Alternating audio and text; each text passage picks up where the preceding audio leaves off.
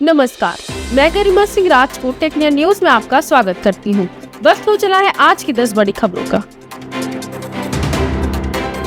राष्ट्रपति द्रौपदी मुर्मू ने राज्यसभा के लिए 4 नए सदस्यों को मनोनीत किया है। राज्यसभा के इन नए सदस्यों में पूर्व विदेश सचिव हर्षवर्धन श्रृंगला, केरल से बीजेपी के वरिष्ठ नेता सी सदानंदन मास्टर, इतिहासकार और शिक्षाविद डॉक्टर मीनाक्षी जैन और 26/11 मुंबई हमले के मामले में विशेष सरकारी वकील रहे उज्ज्वल निकम का नाम शामिल है। वहीं गृह मंत्रालय ने सदन के इन नए सदस्यों को लेकर नोटिफिकेशन जारी कर दिया है। पूर्व नामित सदस्यों के रिटायर होने से खाली हुए पदों के लिए इन नए सदस्यों को नामित किया गया है। देश भर में रोजगार मेलों के माध्यम से अब तक 10 लाख से ज्यादा लोगों को नौकरियां दी जा चुकी है। केंद्र सरकार की ओर से रोजगार मेले का पहला संस्करण 22 अक्टूबर 2022 को आयोजित हुआ था। इस उद्घाटन समारोह में सरकार ने 75,000 से ज्यादा भर्तियों के लिए नियुक्ति पत्र बांटे थे। इसके बाद अब तक देश भर में केंद्र सरकार की ओर से रोजगार मेले के 16 संस्करण आयोजित किए जा चुके। पिछले हफ्ते प्रधानमंत्री ने रोजगार मेले के 16वें संस्करण में 51,000 से ज्यादा युवाओं को नियुक्ति पत्र बांटे थे। केंद्र सरकार ने इन आंकड़ों की जानकारी दी। भारतीय ट्रेनों में 4 लाख सीसीटीवी कैमरे लगाए जाएंगे। रेल मंत्रालय ने यात्रियों की सुरक्षा को ध्यान में रखकर ये फैसला लिया है। ये सीसीटीवी कैमरे ट्रेनों के 74,000 डिब्बों और 15,000 इंजनों में लगाए जाएंगे। इनमें AI का भी इस्तेमाल किया जाएगा।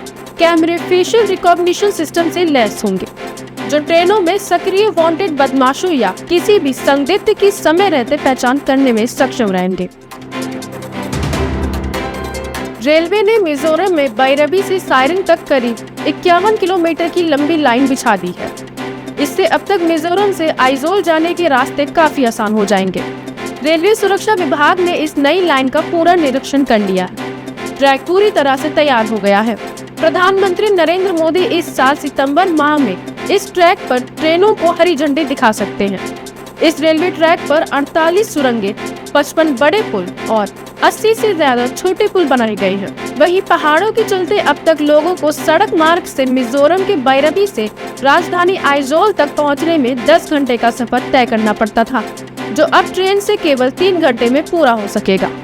रेलवे के इस प्रोजेक्ट ने मिजोरम में तरक्की, जुड़ाव और उम्मीद का एक नया अध्याय लिख दिया है।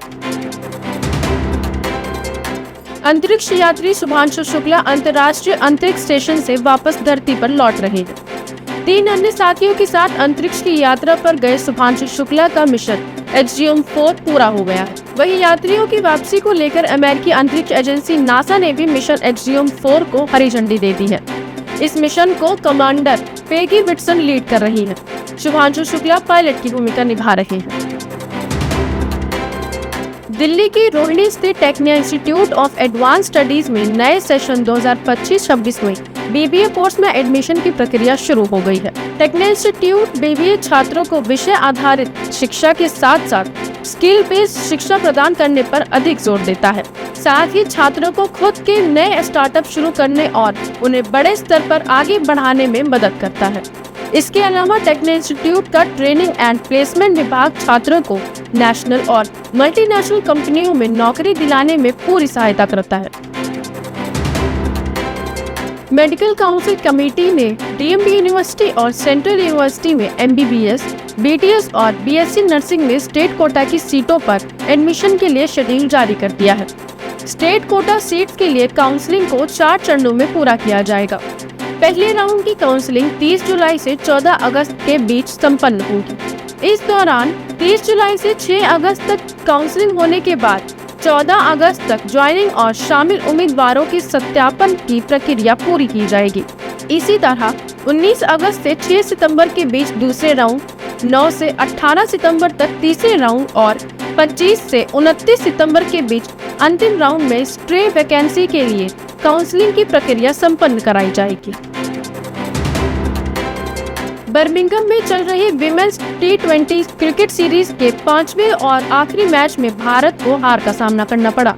शेफाली वर्मा की शानदार पारी के बावजूद भारतीय टीम को इंग्लैंड ने 5 विकेट से हरा दिया। हालांकि भारत ने सीरीज के 3 मैच जीतकर सीरीज पहले ही अपने नाम कर दी।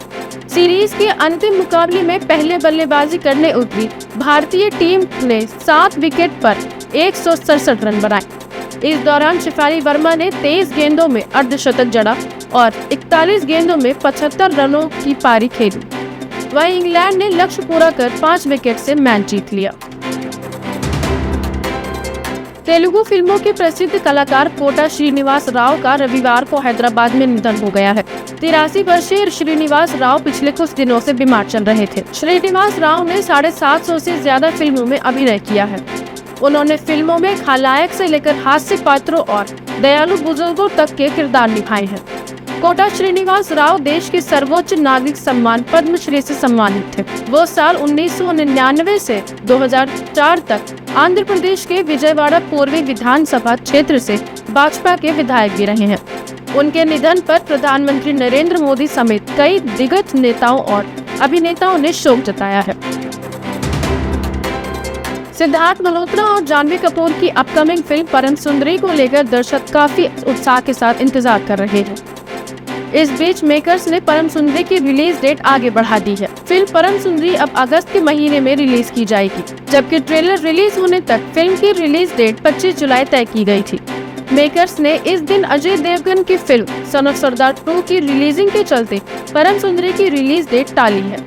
हालांकि मेकर्स ने फिल्म के रिलीज होने की नई तारीख का ऐलान अभी नहीं किया है, जबकि सिनेमा घरों में रिलीज हुई राजकुमार राव की फिल्म मालिक के साथ परम सुंदरी का टीजर दिखाकर रिलीज डेट आगे बढ़ाने की जानकारी स्पष्ट कर दी है। आज के लिए बस इतना ही। देखते रहिए टेक्निया न्यूज। चैनल को लाइक, शेयर एंड सब्सक्राइब करें।